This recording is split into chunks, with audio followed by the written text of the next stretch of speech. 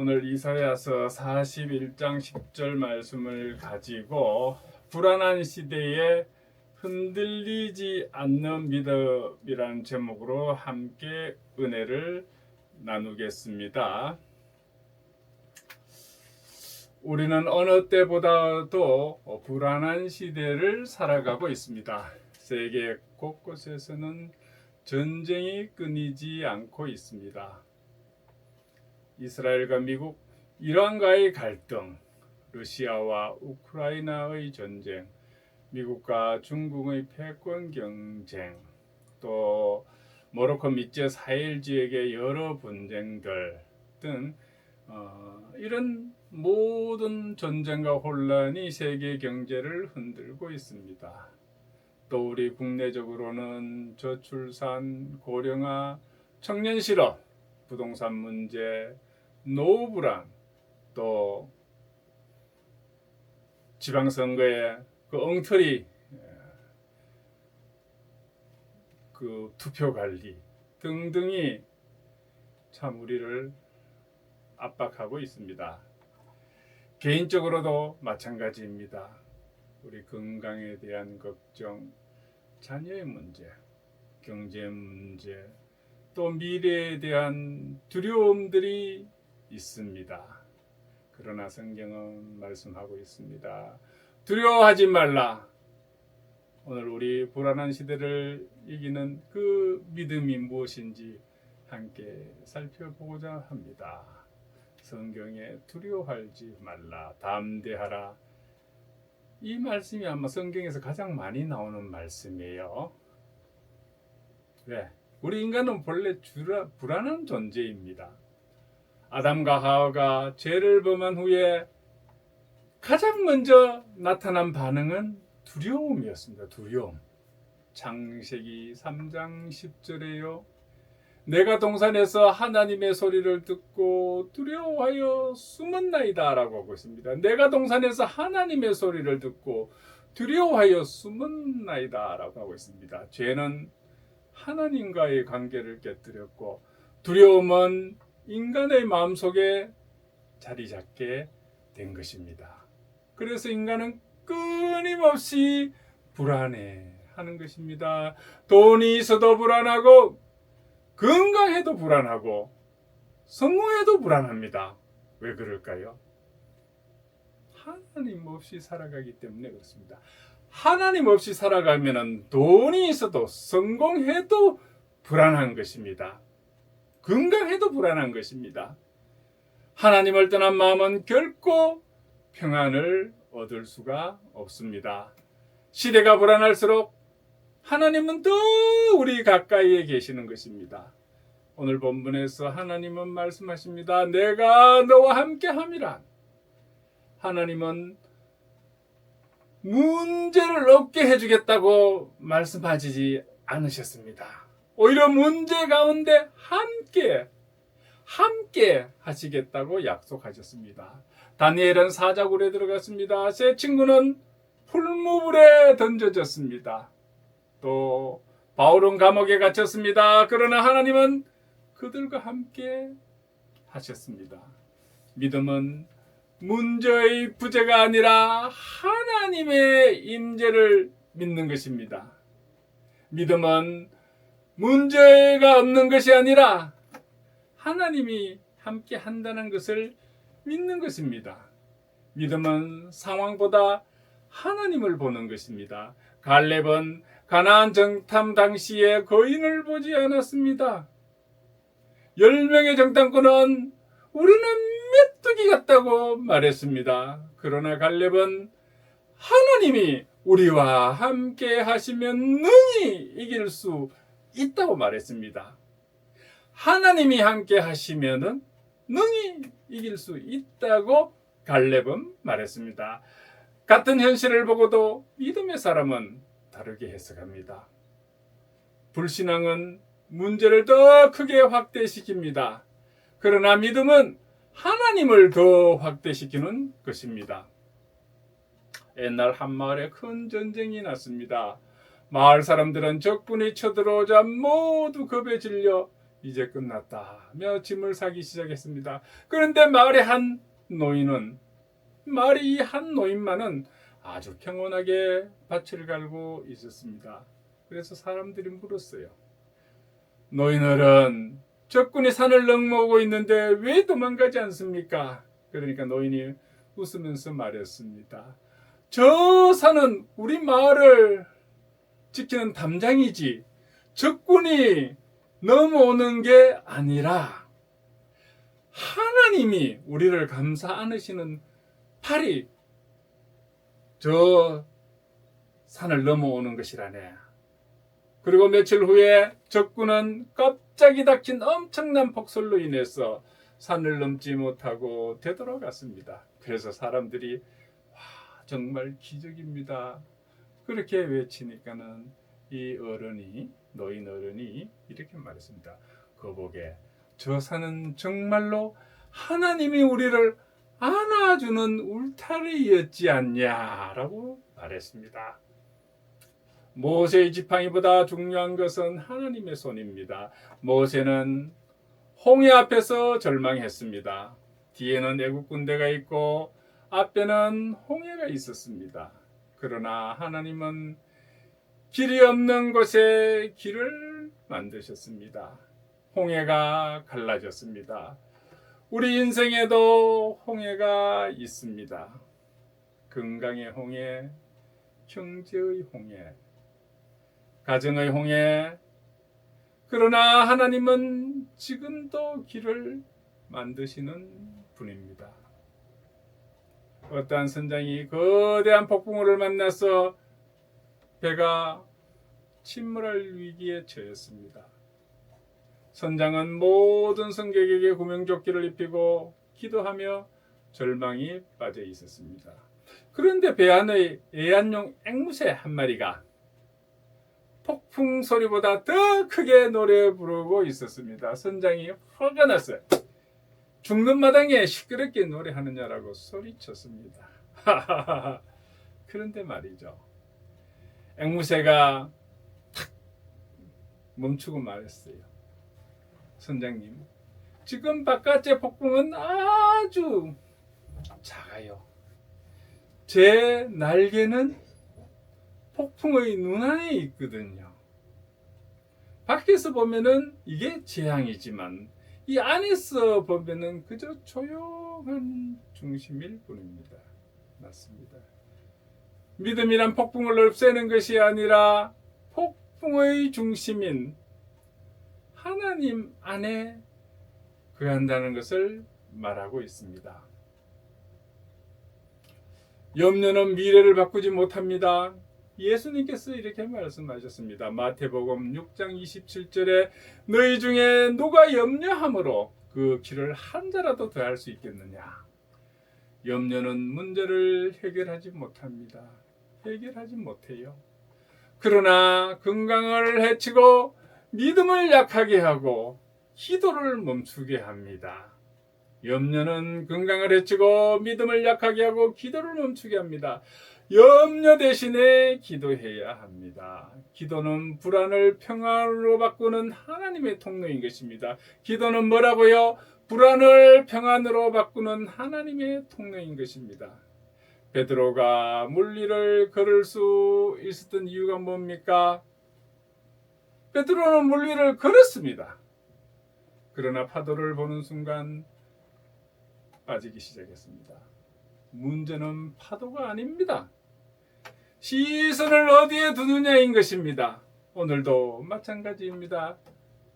뉴스만 보면 두렵습니다. 환율이 높아지고 이자율이 높아지고 이 경제가 참 어떻게 될 건지 물가는 올라가고 경제만 보면은 걱정이 됩니다. 그러나 예수님을 바라보면은 평안이 있습니다. 예수님을 보면 평안이 있어요. 그래서 오늘 이 주일날 많은 사람들이 교회를 찾아 예배를 드리고 있습니다. 세계에서 인구의 4분의 1, 5분의 1이 예배 장소로 교회로 모이는 나라는 아마 우리나라가 유일하지 않을까 싶습니다. 매주일마다 교회로 나와서 경제 문제 그걸 보는 것이 아니라 하나님 예수님을 바라보고 평안을 얻는 것이죠. 한 등반가가 절벽을 오르다가 실수로 발을 헛디뎌서 허공에 매달렸습니다. 그는 어둠 속에서 하나님 살려주세요. 제발 저를 도와주세요라고 간절히 기도했습니다. 그러자 하늘에서 엄숙한 음성이 들려왔습니다. 너는 나를 믿느냐? 네, 믿습니다. 그럼 네 손에 잡고 있는 거 밧줄을 놓아라. 놓아라. 너 나 말 믿는다 그랬잖아요. 이거 놓았습니다. 등반가는 잠시 고민해서 이거 놓으면 떨어져 죽는데 그러나 나를 믿는다고 했으니까 결국 밧줄을 놓았습니다. 그는 비명을 지르며 떨어졌지만 바닥에 닿는 대신 이 고작 10cm 아래의 땅바닥에 떨어졌습니다. 그는 줄곧 바닥에 거의 다 와 있었던 것입니다. 그런데 그걸 알 수가 없죠. 깜깜한 밤에 위추낭떠러인 줄 알고 근데 하나님을 믿고 놓으니까 10cm 만에 탁 앉은 겁니다. 하나님은 우리의 미래를 이미 다 알고 계세요. 우리는 내일을 모르지만은 하나님은 아십니다. 예레미야서 29장 11절에요. 나는 너희를 향한 나의 생각을 아나니 하고 있습니다. 나는 너희를 향한 나의 생각을 아나니. 우리의 미래는 우연이 아닙니다. 하나님의 손안에 있는 것입니다. 하나님의 손안에 있는 것입니다. 그러므로 믿음은 미래를 아는 것이 아니라 미래를 아시는 하나님을 신뢰하는 것입니다. 믿음은 미래를 아는 것이 아니라 미래를 아시는 하나님을 신뢰하는 것입니다. 그래서 하나님은 우리의 미래를 다 알고 계십니다. 위대한 믿음은 작은 순종에서부터 시작됩니다. 이 순종이란 단어 나오니까는 그 김장한 목사님 아들 요셉 목사님 생각나네요. 그 엄마가 백인이잖아요. 그래서 드디어 손자가 태어났어요. 그래서 너무 기뻐서 이름을 지어야 되는데 성경에서 찾아서 김순종으로 지었어요. 그래서 급히 엄마한테 가서 엄마 내 성경에서 이 엄마의 손자 내 아들의 이름을 지었어. 그럼 뭐라고 지었나? 순종이라 지었어. 김순종. 그랬더니 엄마가 예끼 이놈아 그게 어디 순종이야 잡종이지라고 말했다고. 김요셉 목사님이 본인이 그렇게 얘기하니까는 와, 참 유머가 많으신 분이죠. 위대한 믿음은 작은 순종에서 시작이 됩니다. 노아는 비를 본 적도 없는데 방주를 만들었습니다. 사람들은 비웃었습니다. 그러나 노아는 순종했습니다. 120년의 순종 끝에 구원이 임했습니다. 믿음은 거창한 것이 아닙니다. 바로 오늘 말씀에 순종하는 것입니다. 오늘 말씀에 순종하는 것이 믿음인 것입니다. 길을 잃은 한 여행자가 지도를 보면서 이리저리 뛰어다녔습니다. 그는 왜 이렇게 길이 복잡하지? 지도가 틀린 것 같다라며 화를 냈습니다. 지나가던 노인이 그를 가만히 보더니 말했습니다. 지도가 틀린 게 아니라 당신이 지도를 거꾸로 들고 있구려. 지도를 거꾸로 들면은 참 보이지 않죠, 그죠? 거꾸로. 저도 한번 지도를 들고 저 호주에서 한번 그런 적이 있어요. 지도를 보고 방향을 잡아가는데 자꾸 반대 방향으로 가고 이상해요. 이상하다. 이 왜 이러지? 이제 그게 밤도 아니고 이른 새벽도 아니고 대낮이었어요. 그래서 해를 보고 이제 남북을 딱 했죠. 그럼 자꾸 반대 방향으로요. 왜 이런가 했더니 나중에 알고 봤더니 그건 남반구예요. 우리는 해가 남쪽 이쪽에 하늘에 떠 있잖아요. 해가 이렇게 되잖아요. 그때 겨울인 같은데 아이 그런데 이 호주는 남반구다 봐요. 해가 북쪽에서 이렇게 북위에서 동으로 서로 지고 있어요. 그러니까 지도 보고 동서남북 다 해석하니까는 안 되더라고요. 그래서 여기 반대구나. 요즘은 이제 뭐 우리가 남반구도 많이 가니까 저도 그 남극을 갔다 왔지 않습니까? 또 남미 배낭여행도 갔다 왔습니다. 거기 남반구이기 때문에 우리하고 반대예요. 그래서 우리 항상 다니면서 이 지도 볼 때도 그걸 생각해. 해가 우리는 항상 해가 우리 기본 중심이잖아요. 그렇게 가는데 안 되더라고요. 여기도 마찬가지. 이 지도를 거꾸로 들고 얼마 전에 미군 한 그 장군이 사령관입니까? 지도를 대한민국과 중국과 러시아, 일본 지도를 이렇게 거꾸로 놓고 보니까는 대한민국이 저 중국을 향한 아주 움직이지 않는 뭐라 그러네 그거 군함과 같다는 그렇게 표현을 하더라고요. 아주 요충지라고 그렇게 하는. 우리는 항상 지도를 보고 중국과 러시아 밑에 있는 한반도 조그만 나라 이렇게 생각하는데 거꾸로 보니까는 요충지더라고요. 그래서 이 여행가가 이 지도를 보고 막 이렇게 화를 내면서 근데 지나가던 노인이 탁 보더니 말했어요. 지도가 틀린 게 아니라 당신이 지도를 거꾸로 들고 있구려. 이 여행자가 지도를 바로 혼자 돌려서 잡자. 그제야 목적지가 보였습니다. 그는 노인에게 감사하며 지도를 바로 잡으니까는 길이 바로 보이네요 라고 했습니다. 노인은 말했습니다. 사실 지도를 바로 잡은 것은 중요하지가 않네. 자네가 지도를 보고 있었기에 내가 다가와서 말을 걸 수 있었지. 길을 잃은 덕분에 목적지를 찾는 법을 물어볼 용기를 낸 것이지 라고 했습니다. 불안이라는 길 잃음 그 자체가 믿음으로 나아가는 과정이라는 뜻이 되죠. 하나님은 광야에서도 공급하시는 분입니다. 이스라엘 백성은 광야에서 먹을 것이 없었습니다. 그러나 하나님은 만나를 내려주셨습니다. 우리가 두려워하는 이유는 내 힘으로 살아가야 한다고 생각하기 때문에 그렇습니다. 그러나 하나님은 공급의 하나님이신 것입니다. 우리의 직장보다 크시고 우리의 연금보다 크시고 우리의 통장보다 더 크신 분이 하나님이십니다.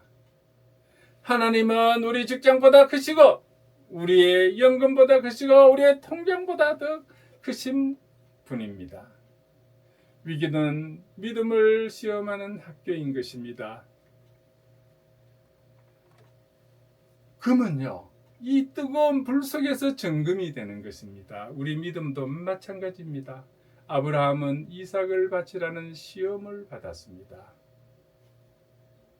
욥은 모든 것을 잃었습니다.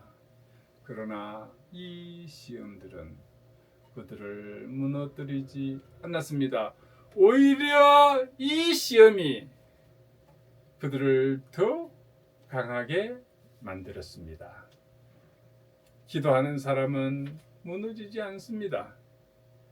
교회의 역사 속 위대한 인물들은 모두 기도의 사람이었습니다. 존 웨슬리, 조지 뮬러, 허드슨 테일러는 환경보다 하나님을 의지했습니다.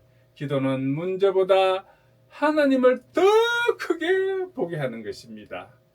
노년의 불안도 하나님께 맡겨야 합니다. 고령화 시대를 살아가는 많은 성도님들이 건강과 노후 문제, 자녀 문제, 경제 문제로 걱정을 합니다. 그러나 하나님께서는 이렇게 말씀하십니다. 이사야서 46장 4절에 너희가 노년에 이르기까지 내가 그리하겠고 네가 노년에 이르기까지 내가 그렇게 하겠고 라고 하고 있습니다. 하나님은 청년의 하나님만이 아닙니다. 하나님은 청년의 하나님만이 아니라 우린 노년의 하나님이기도 합니다. 하나님은 노년의 하나님이기도 한 것입니다. 사람들이 가장 두려워하는 것은 뭘까요? 죽음이죠. 그러나 예수님은 죽음을 이기셨습니다. 예수 그리스도께서는 부활하셨습니다.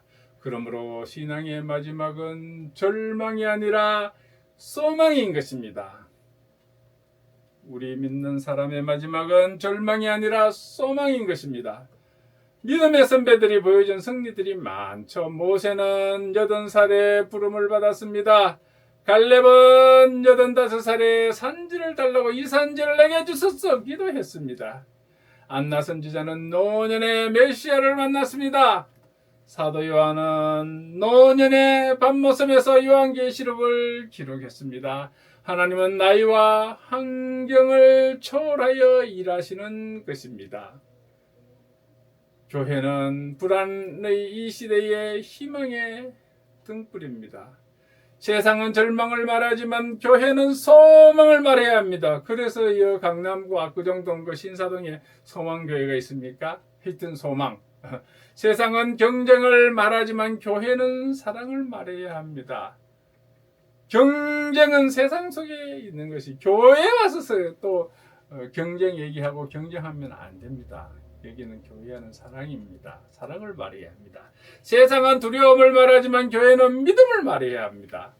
세상엔 폭풍과 치더라도 우리 교회 안에는 믿음을 말해야 합니다. 흔들리는 세상 속에서 흔들리지 않는 기준은요, 세상은 끊임없이 변합니다. 정권도 바뀌고 경제도 바뀌고 기술도 바뀝니다. 어떻게 바뀝니까? 요즘은 AI 시대 아닙니까?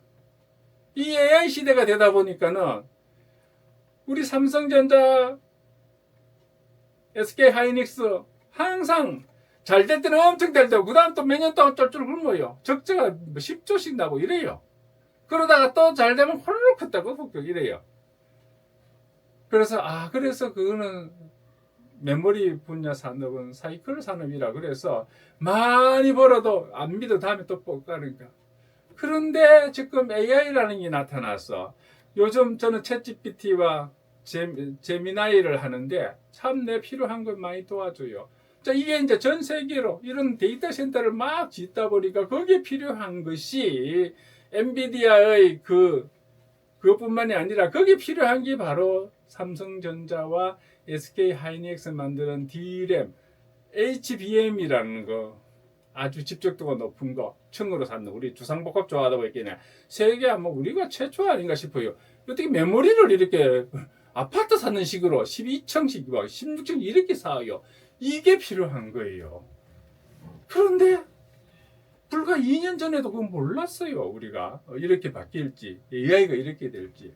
그런데 AI 덕분에 이 삼성전자와 SK하이닉스가 주가가 삼성전자 같으면 5만 원 하던 것이 지금 뭐 30만 원이 넘었지 않습니까? 5만 원. 그 6배, 7배가 되는데 참 세상이 이렇게 기술이 바뀌고 이렇게 바뀔 줄 몰랐어요. 앞으로도 더 필요하다 그러지 않습니까? 이 젠슨항이 그저께 한국에 왔죠. 와가고 홍대에서 삼겹살, 성수동에서 삼겹살, 호프, 뭐 소주, 소맥 뭐 이렇게 먹고 운동장에서는 좀 있으면 이제 몇 시간 뒤에 잠실 운동장에서는 뭐 이 젠슨항이 투수 앞에 이제 야구 시작하기 전에 시구라 그러죠. 던지고 그 두산그룹의 박 회장이 또 치는 거 이런 게 그거 왜 왔습니까? 그 기술이 이렇게 젠슨항이 세계 최고 큰 기업에 최고 잘 나가는 기업의 CEO 아닙니까? 세계 최고 돈 잘 버는 CEO예요.